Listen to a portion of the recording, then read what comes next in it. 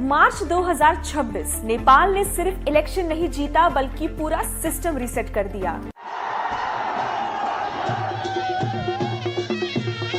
36 साल के wrapper Balen Shah prime minister बने, एक ऐसे लीडर जो पहले इंजीनियर, अर्बन प्लानर और सिविक एक्टिविस्ट रहे। उनकी कैबिनेट भी बिल्कुल अलग है, यंग, एजुकेटेड और ग्राउंड से जुड़ी हुई। लेबर मिनिस्टर दीपक साहा 34 साल के पहले एक स्टार्टअप फाउंडर थे जो एम्प्लॉयमेंट प्लेटफॉर्म्स पर काम करते थे। अब वो लेबर लॉस को सिंप्लीफाई कर रहे हैं और प्राइवेट सेक्टर हायरिंग को बूस्ट करने के लिए रिफॉर्म्स ला रहे हैं। सीता बारी 30 साल की ये सीता जो आज विमेन, चिल्ड्रन और सीनियर सिटीजन्स मिनिस्टर है, पहले रूरल नेपाल में एनजीओ के साथ काम करती थी, चाइल्ड वेलफेयर और विमेन सेफ्टी पर। अब वो स्ट्रिक्ट लॉज ला रही है against child marriage, domestic violence, fast track courts establish कर रही है और विमेन के लिए direct financial support schemes launch कर रही है। इंफ्रास्ट्रक्चर मिनिस्टर सुनील लामसाल 35 साल के एक सिविल इंजीनियर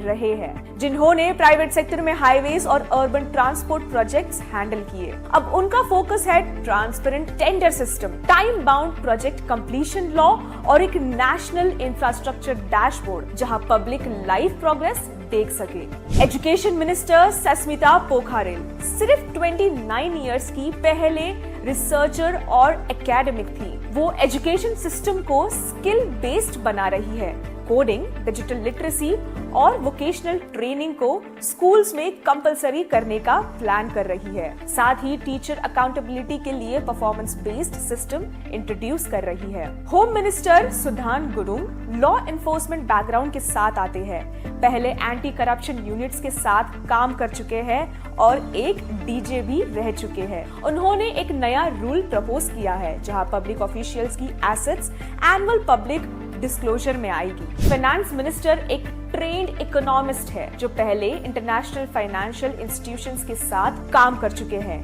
अब वो टैक्स सिस्टम को सिंप्लीफाई कर रहे हैं, स्टार्टअप्स के लिए टैक्स रिलीफ दे रहे हैं और डिजिटल पेमेंट्स को पुश कर रहे हैं ताकि ब्लैक मनी कम हो।